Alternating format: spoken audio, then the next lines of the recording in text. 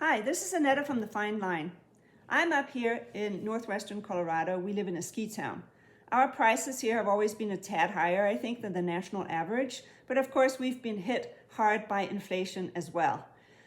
For example, a tub of oats, not the Quaker oats, but just the store brand. At the beginning of the year, they were $2.58. And I remember that because they had been at that price level for quite a while. Now we are writing October and it is $4.29 for the exact same thing. That's just an example. I'm sure everybody has examples from wherever you live across the country. But here's the deal. Our income hasn't gone up at all. Our income's the same. So here we are. I refuse to let the inflation take over my budget and make me poorer. I'm not making any more money, so I have to make this work. But I do have a little bit of an advantage because I have worked as a private chef for a number of years. So I know how to economize and I know how to make something out of nothing. And I do also realize that the more you do make from scratch, the more you can save money on your budget. So far every week I have had to make weekly adjustments because the prices change weekly. So far, so good. But the bottom line is, and I would have to say that to every frugal cook out there who aspires to save money from making more things from scratch, is that it does take time in the kitchen. And being organized in the kitchen, I think, is one of the best things you can do for yourself. Like, in this whole process of all the prices going up, and that includes utilities as well, I made the decision to only turn my oven on once a week. And so I had better have it together if I'm only going to turn my oven on once a week. I'm not going to turn it on a whim to heat something up or bake a lasagna I decide to make on Saturday afternoon or whatever, once a week. And so I do my baking and any entrees I want to cook in my oven in that time frame. So that also means I'll be spending some time in the kitchen on that day. And it has been a great thing for me to make this adjustment to my life because it actually happens that I will have more time left to myself where I'm not in the kitchen because I only have the oven on once a week. Of course, I still spend some time in the kitchen, but all the big stuff is done. And so I have planned for it. This is what I am doing today. I'm not going to be on my iPad watching YouTubes. I'm not going to be chatting with people. I'm not going anywhere. I'm not going out to lunch with anyone. Not that I can afford that anymore, but I'm not doing anything else today. This is what I'm doing today. And I want to show you what I am doing today and how I have set my kitchen up for it. And I'm going to show you what the end result is once I'm done with all my cooking. So I'm going to take you through this step by step. And I hope it will be helpful to some of you guys out there. To me, the biggest thing is not so much the cooking, it is more being prepared and being organized. So here we go. Before I start, I totally sanitize my kitchen. I clean it up completely. There's nothing in my kitchen that is in the sink or left over from any meals or whatever. I made sure the rest of my family was fed and I had a good breakfast myself. I made myself a pot of tea, so when I take a break, I don't need to make tea on the stove where other things will be cooking at the same time, crowding my workspace. I put clean cloths out and I have my soap lined up and a clean scrubby. I do not use sponges, they are unsanitary. So these scrubbies that won't scratch glass are easy to wash, and I have a whole stack of them. And I have many more clean cloths in my drawer. The dirty ones will go in the dirty clothes, but right now they're here because if I have a spill or anything, I can still use them one more time, but they're not going to get up on the countertop. So here is what I'm doing today. I'll start from one end here. Sorry, you're going to see my kitchen all around. Here we go. This right here is rye bread dough. I made this last night. This is the heavier European kind that slices very thinly. This big bowl here will make 2 loaves, and I have 2 cups of soaked rye oats that are going to mix in. And they're going to go in these 2 baking pans. There's the parchment paper underneath. And I do reuse my parchment paper as many times as I can. At some point it starts to disintegrate and then of course it goes out. But you can use these sheets of parchment paper 3 or 4 times before that happens. So I'm going to be using them today. Here's a loaf of bread that's only been cut a little bit. This is a sourdough loaf that I made last week. I bake all my own bread. So today I'm not baking sourdough loaves, but I'm taking this loaf out of the fridge. We've cut a little bit into it. But when I do bake my sourdough loaves, I make a double portion. And I put 1 loaf in the fridge wrapped in a cloth, a clean cloth, in a bag for about a week. It comes out, it's not stale, it's just really dense and easy to cut into little slices. And this is what I call a cracker loaf, because I'm going to cut up this entire loaf of bread into thin slices, and each slice into manageable pieces the size of a cracker pretty much. And I'm going to bake them in the oven. I'm going to put a little bit of olive oil and salt on them, bake them in the oven until they're crispy, and that will provide us with lovely crackers, bruschetta style, for a couple of weeks.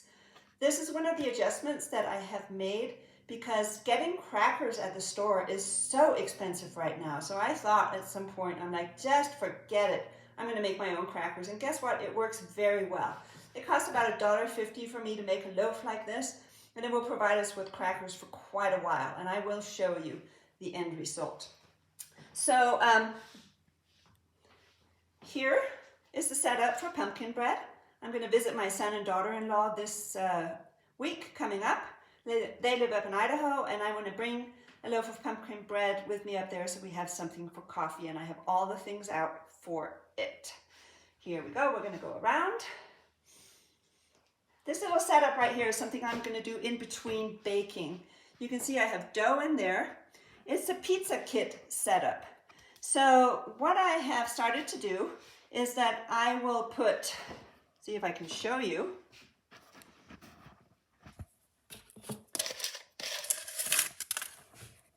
Here, I have a tub where I have put mushrooms, onions, and green pepper in there. I cooked it yesterday, put it in there. And then I put a sheet of parchment paper in there. There it is. And on top of that, I'm going to put cheese all the way up to the top and put a lid on. I cooked up a little bit of tomato sauce yesterday, used 2 cans of diced tomatoes, put a little bit of salt and oregano in it. And there's 3 little tubs here with tomato sauce, and they're going to go in with the cheese and with the toppings. And so lastly here I have 3 more tubs that are empty, and I'm going to take this dough and divide it into 3 and put it in the tubs. I'm going to put the lid on, and the whole thing is going to go in the freezer. So each tub right here is going to have enough dough in it to make 2 personal sized pizzas. So altogether, we'll have 3 times 2 personal sized pizzas with the toppings and with the tomato sauce and with the grated cheese in one bag that's going to be labeled pizza kit. And that will be a huge advantage to us when we come home. You know, we've had a busy day. We just pull one of these out in the morning, and in the afternoon, the dough will be thawed and it will be ready to go, a pizza for dinner. And it will prevent us from going out and spending a lot of money on pizza. So this is a little side project because nothing here needs to be baked today, but it will be all put together and in the freezer. When I'm baking, there'll be little pockets of time in between where I can do something else, and this is what I will be doing. So coming over here, last project that's going to go in the oven today, I'm going to make a vegetable shepherd's pie. That sounds crazy because shepherd's pie usually has either lamb or beef in it, but I have a lot of vegetables here. I have mushrooms, I have peppers and onions and zucchini and some carrots from our garden, and there's some mashed potato that's going to go on top. So that's what I'm going to make, and so my husband and I will have that for dinner tonight and probably also tomorrow night. So let me get cooking, and when everything is ready, I will show you. Okay, so I have been at it for about half an hour, and I have my entire cracker loaf cut into thin slices and drizzled with a little olive oil and some salt and a little bit of garlic powder. They're going to go in the oven at 375 here in just a moment.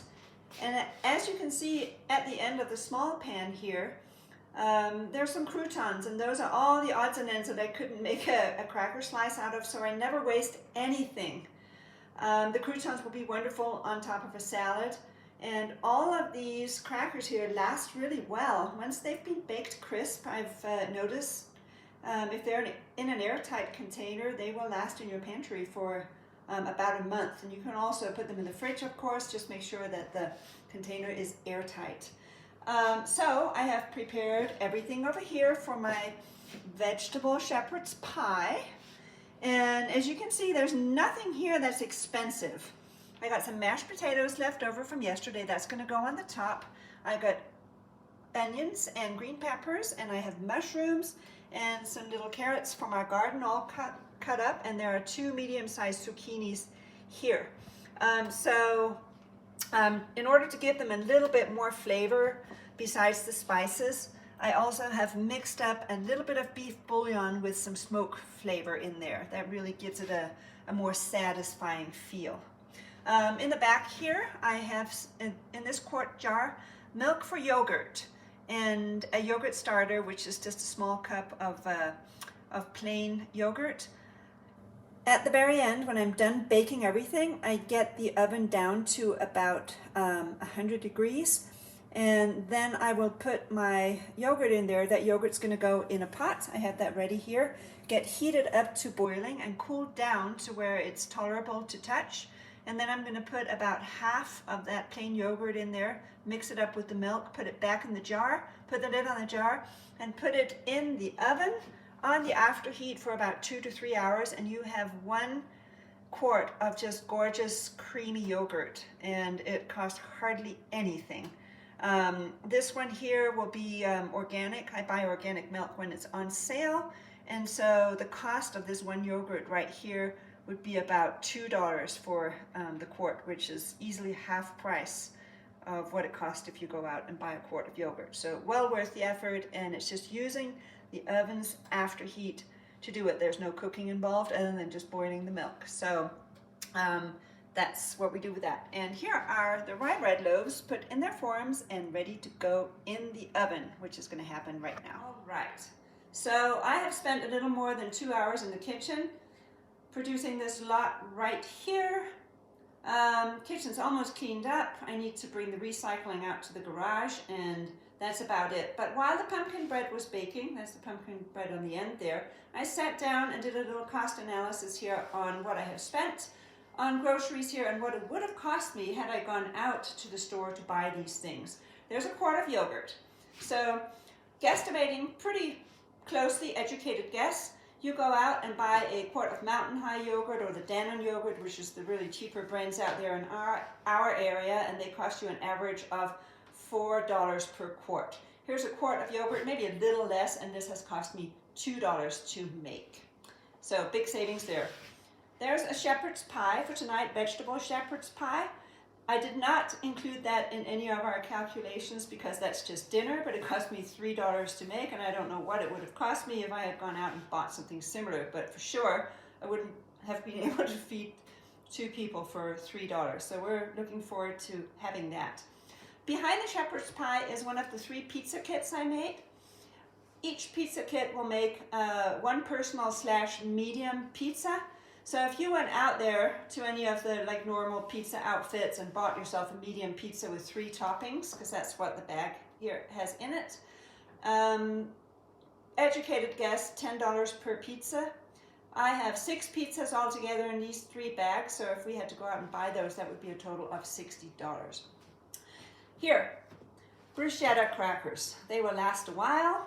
You can put all sorts of things on them. They're just delightful in the afternoon as a little snack with some garlic cream cheese on them, some white bean hummus, some pesto, all things that I make, and I'll do a video on that at some point in time. But these will last us for a while, and they will prevent us from going out there and buying crackers, which are tremendously expensive. I don't even know how much that would cost, but I know if I went out and I bought a loaf in the store and made crackers out of them, that loaf would be about $7, and I spent about $1.50 baking this sourdough loaf that I have cut into pieces and made crackers out of. So savings there.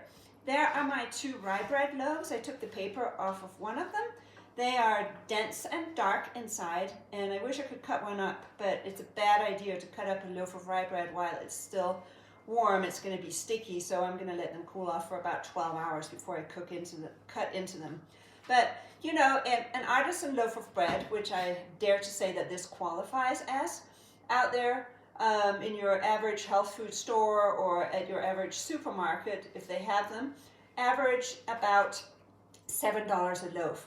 And I have spent $2.50 in ingredients for each loaf, so a total of $5. If I had to go out and buy these 2 loaves out there or something comparable, it would be $14. So there's a savings of $9 there. 3 loaves of pumpkin bread. As you see, a big one is hard to see on the video, but that's a big one, and these 2 are small. I spent $6.50 in ingredients making these 3 loaves. One of them I'll take with me up to Idaho to visit my son and daughter-in-law, and we'll have that with coffee, and I'll leave another small loaf for my husband to munch on while I'm away. And this last one here, the big one's going to go into the freezer.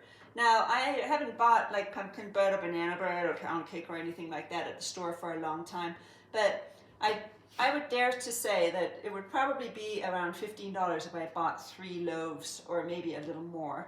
But anyway, let's just say $15. So there is a good savings there of $8.50. So if you add all this up, I've spent $30, and it would have cost me $125 altogether to buy these things at the store. That does not include the shepherd's pie. I spent $30 on all these ingredients right here, so that's a savings of $95. Now, given I started the pizza kit yesterday, so that was about an hour of my time, and then I spent 2 hours today.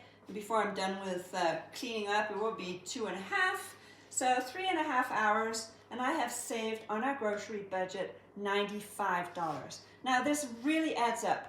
I do this once a week. I don't bake the same things. Next week I might make granola. I might make another quart of yogurt. I'll make a couple of quarts of oat milk for my husband. He likes them on his cereal, and instead of baking rye bread, I might make a couple of loaves of regular sourdough bread, a little lighter loaf. So, but again, if you can estimate saving that kind of money every week, you can see that it makes a huge dent in your grocery bill. So it really, really is worth it, but it takes a little bit of planning, and it takes being organized to be able to do it. But anyway, I think it's totally worthwhile. So shoot me a comment and let me know what you think. Thank you so much for watching. Bye.